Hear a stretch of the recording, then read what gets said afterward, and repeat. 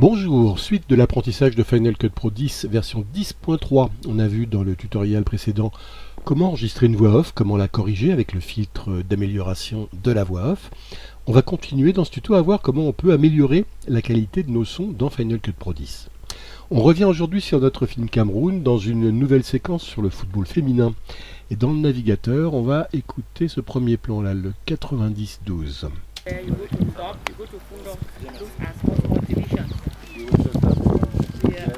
Ouais, vous notez qu'il y a un bruit pas terrible sur ce plan. On a un effet de vent qui soufflait ce jour-là, et on le voit sur le drapeau, et qui a perturbé la membrane du microphone, malgré une bonnette en mousse placée sur le micro. En fait, il aurait fallu avoir une grosse bonnette anti-vent, style ricotte, mais pas de bol, on l'avait oublié ce jour-là. Donc voilà, on a ce résultat qui est... on écoute.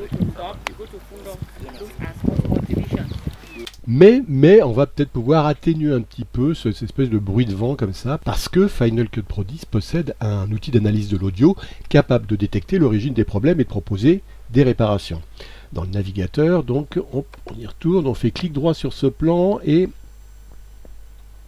on fait analyser et corriger. Boum. Il y a une fenêtre qui s'ouvre. Avec un peu de mémoire, vous vous souviendrez qu'elle propose des choses que proposait déjà la fenêtre d'importation au tout début, lorsqu'on a importé nos images dans Final Cut Pro 10. C'est un choix. Si on a peu de rush à importer et du temps devant nous, bon, on peut choisir dès l'importation de faire un certain nombre d'analyses. Je vais revenir un peu en détail dessus, mais moi je préfère le faire quand j'en ai besoin. C'est-à-dire si j'ai un problème sur un clip, je le fais par la suite sur ce clip ou sur une série de clips. Si j'ai toute une série de clips, là par exemple des problèmes audio, je vais en avoir sur plusieurs clips, je peux les grouper, je peux faire clic droit et analyser, corriger sur l'ensemble de ces clips. Je gagne du temps comme ça, parce que d'abord il y a des clips que je ne vais pas utiliser, donc pourquoi les analyser? Et puis la plupart des clips sont bien, par exemple, regardez. Qu'est-ce qu'on nous propose de faire? On nous propose d'analyser la balance des couleurs en vidéo. Ça veut dire que si ça va automatiquement analyser et corriger la correction des balances des blancs de chaque clip. Si vous avez tourné un plan en extérieur après une série de plans en intérieur, il se peut que vous ayez oublié de changer la balance des blancs sur la caméra et du coup votre image va être très bleue. Final Cut Pro 10 va corriger ça automatiquement si vous mettez en route cette analyse. Mais plutôt que de le faire sur l'ensemble de mes plans, moi je préfère sur le plan dont je vois tout de suite, tiens, celui-là j'ai oublié de régler j'ai oublié de refaire ma balance des blancs parce qu'il est tout bleu, ou celui-là il est tout jaune ou tout rouge. Donc voilà, c'est pour ça, je le fais pas systématiquement. Il y a un outil aussi dont on n'a pas parlé, c'est l'outil de recherche des personnes. Ça permet d'analyser, de trier et de marquer avec des mots-clés les plans où figure une personne et une seule, deux personnes, un groupe de personnes. L'algorithme va mettre plus loin en proposant ensuite des collections de mots-clés comme plan large, plan serré, plan moyen. Alors ça, si vous êtes... voilà, il y a des gens qui l'utilisent, mais ça prend beaucoup de temps quand même à l'import. Moi, honnêtement, je les repère dans les vignettes, mes plans moyens, mes plans larges, et une personne, deux personnes. Donc je vois pas bien l'intérêt, mais je sais que j'ai des amis qui l'utilisent beaucoup. Bon, nous on en est à l'audio aujourd'hui, donc là ce qu'on va plutôt faire c'est... Alors, quel traitement propose l'analyse audio? Analyser et corriger les problèmes, ce qu'on a là et ce qu'on va appliquer là, donc je le mets bien, hop.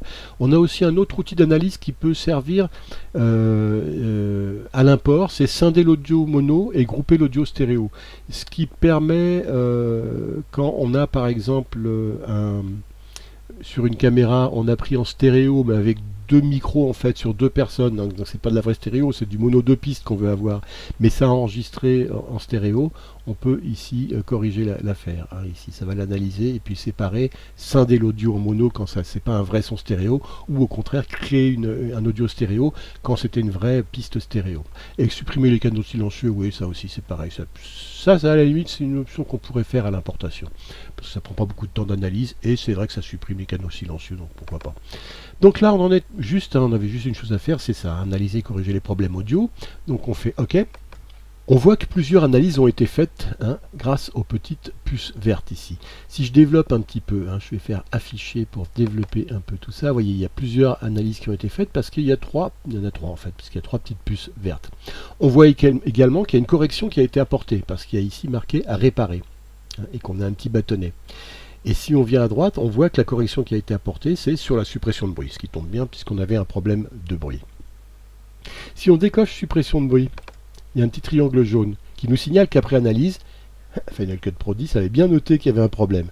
Et si on coche tonalité, ici, vous voyez, tonalité c'est le loudness, En fait, la pastille, elle reste verte, ce qui signifie que la tonalité a été analysée, mais qu'aucun problème n'a été détecté. Mais pour autant, si on veut, on peut activer la tonalité et s'amuser à jouer avec, hein. Mais là, en l'occurrence, rien n'a été touché, mais la pastille verte nous dit on l'a quand même analysé, mais on n'a pas trouvé de problème. Pareil pour la suppression de bourdonnement, on a analysé, on n'a pas trouvé de problème. Mais la suppression de bruit, on l'a analysé, on a trouvé un problème, et clic, hein, on a fait ça, c'est-à-dire on a corrigé ce problème. Maintenant, si on écoute la correction qui est apportée,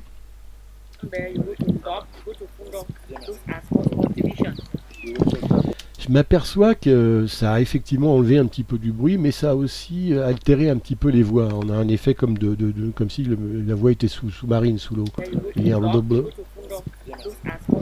Voilà, donc là il va falloir qu'on joue, hein, qu'on trouve le meilleur compromis. On joue sur la quantité ici, on va en enlever un petit peu ici.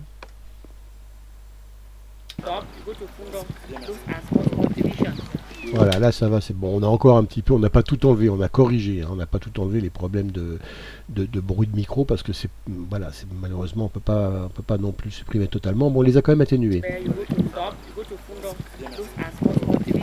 Hein, après, ce sera à moi de prendre la partie du son où ils sont pas trop méchants. Mais vous voyez, il a aussi fallu ici que je m'amuse à jouer un petit peu sur la quantité pour trouver le meilleur compromis entre moins de bruit et pas trop d'altération de la voix. Voilà. On peut aussi améliorer des sons directement dans la timeline. Là, écoutez par exemple ce clip-là. Vous notez qu'il y a aussi un gros problème de vent. Bonjour. Hein, au tout début notamment, on note c'est pas très bon. Donc là, ce qu'on va faire, je le sélectionne, ce clip, et puis je vais cliquer sur le petit bâton magique qui est là au-dessus de la timeline. Hein. Et là, je vais choisir, hein, il y a un mini-menu qui s'ouvre, je vais choisir amélioration de l'audio automatique. Et ça y est, vous voyez, il se retrouve dans l'inspecteur ce que j'avais la dernière fois. Et on écoute ce que ça donne. Et là encore, on voit que le bruit a été supprimé, hein, enfin oui, on en a beaucoup moins, mais qu'on a altéré un petit peu les voix. Donc il faut que je baisse un petit peu ça comme ça. Bonjour. Vous voyez que le bruit réapparaît, hein, mais il faut trouver le meilleur compromis. Bonjour. Bien dormi? C'est bien que le travail bien? C'est bien, c'est parti.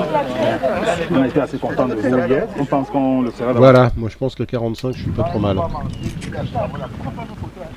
Hein, alors on entend encore du bruit. Mais écoutez, par rapport à avant, si je remets, j'enlève. Bonjour. Je remets. Bien dormi? C'est bien que le travail bien? Voilà, j'ai trouvé le bon compromis ici entre l'altération de la voix et la suppression de mon bruit. La tonalité, ça peut aussi me servir à remonter un niveau. Par exemple, regardez ici sur ce clip-là. C'est pas très fort, je peux utiliser la tonalité, le loudness, hein, pour remonter les niveaux.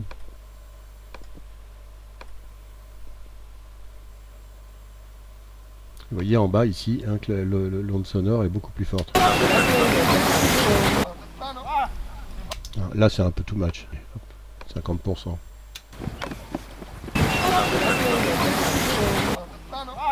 C'est beaucoup trop encore.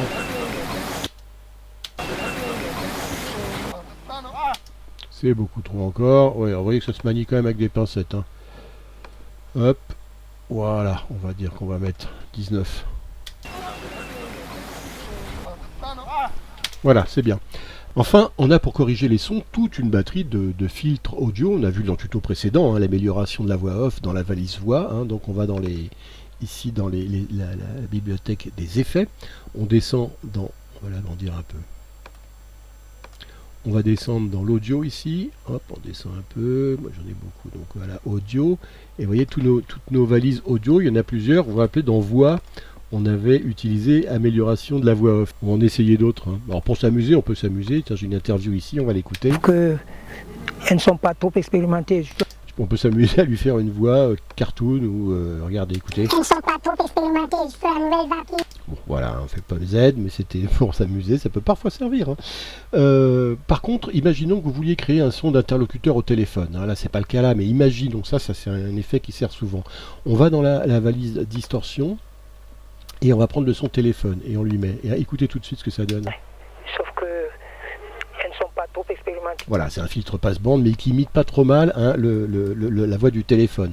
Ou une voix d'autoradio. Écoutez, il y a des presets qui sont faits. Elles ne sont pas trop expérimentées. Ça, c'est avec un mélange de distorsion et de bandes passantes restreintes. Et vous voyez qu'il y a tout un tas de choses. Talkie-walkie, le son talkie-walkie. Elles ne sont pas trop expérimentées. C'est pas trop mal. Il y a autre chose qui peut servir quand on floute un visage pour garder l'anonymat de la personne qui témoigne. Le son de la voix peut le trahir. Alors il faut aussi flouter le son de sa voix, hein, ou le transformer en tout cas. Alors on va dans la voix, et là il y a un filtre qui s'appelle Vocal Transformer, qui est là, Vocal Transformer, et écoutez ce que ça donne. Elles ne sont pas trop expérimentées sur la nouvelle vague qui Alors là, je trouve que ça n'a pas encore beaucoup transformé. Mais on peut régler hein, tout ça. Et rappelez-vous, on l'avait fait dans la dernière fois. Si j'appuie ici, je vais descendre ça un petit peu. Si j'appuie ici sur l'icône de Vocal Transformer, l'interface, on affiche l'interface. Hein, je vais la mettre là pour qu'on la voit bien. Cette interface, là, on peut s'amuser avec. Regardez. Sauf que elles ne sont pas trop expérimentées sur la nouvelle vague qui arrive. Mais avec le temps, ça marchera. Sauf que elles ne sont pas trop expérimentées sur la nouvelle vague qui arrive. Mais avec le temps, ça marchera. Elles ont très bien. Sauf que elles ne sont pas trop expérimentées sur la nouvelle vague qui arrive. Mais avec le temps, ça marchera. Voilà, voilà qu'on peut s'amuser avec celui-là. Enfin là, il y a un plan que j'ai emprunté à une autre bibliothèque uniquement pour vous montrer l'intérêt d'un filtre audio que j'utilise personnellement très souvent. Bon, c'est un plan de campagne en France et son ambiance est très très faible. Voilà. Et même si je le pousse à fond, c'est-à-dire que je profite des 12 dB ici que m'offre le volume ici, je vais me mettre là-dessus, vous voyez, même si je monte à fond ici les 12 dB, je ne peux pas aller plus haut. Regardez le niveau, il reste encore très faible. Hein. Je vais afficher mes niveaux pour qu'on voit bien, mais là, voilà.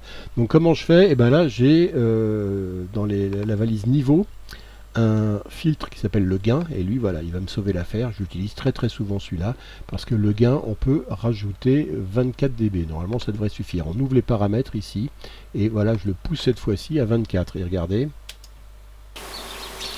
les 12 en haut plus les 24, ça fait 36. Normalement, ça devrait vous sortir de situation. Hein. Mais au cas où ça ne suffise pas, vous remettez une deuxième couche de gain ici. Et vous voyez ici, on peut encore une fois en rajouter à nouveau 12 dB, 24 dB. Donc je pense que là, on va arriver au maximum. Voilà. Dans le prochain tuto, on s'intéressera aux effets vidéo et non plus audio. Merci, à bientôt.